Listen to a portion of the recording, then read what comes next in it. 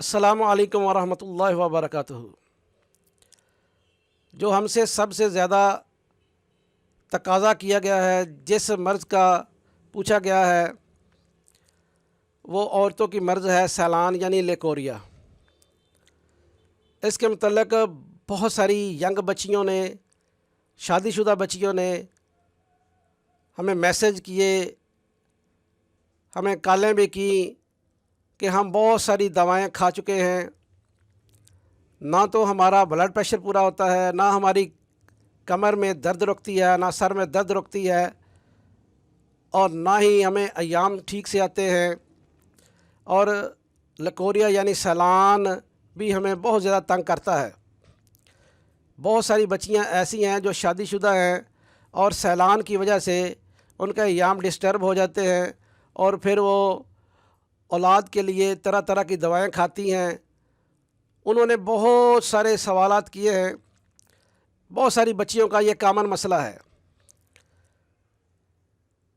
اس کے لیے میں جو استعمال کرواتا ہوں وہ آپ بھی استعمال کریں، اور اگر حکمہ ہمارے جو وہ بھی استعمال کروانا چاہے تو ضرور استعمال کروائیں۔ اس سے ایام کے مسئلے بھی ٹھیک ہو جائیں گے، جو بار بار لیکوریا ہوتا ہے وہ بھی ٹھیک ہو جائے گا، اور جو بچیاں اولاد کی وجہ سے پریشان ہیں سیلان کی وجہ سے، یہ سیلان ختم ہو جائے گا اور وہ اولاد کے قابل بھی ہو جائے گی۔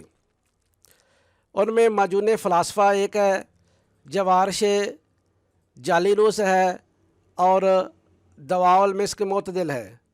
یہ آپ نے تینوں چیزوں کو لے لینا ہے اور ان کو اچھی طرح مکس کر لینا ہے۔ یہ صبح اور شام کھانے کے 1 گھنٹہ بعد اسے استعمال کرائیں۔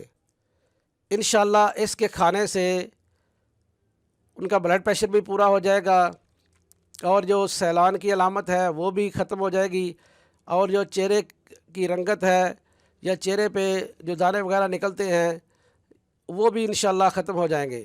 اس کے ساتھ آپ کوشش کریں کہ چٹپٹی چیزیں، کھٹی چیزیں اور تیز مرچ مسالہ جات والی چیزیں، فریزر میں رکھی ہوئی چیزیں یا کالی بوتلیں آپ استعمال نہ کریں۔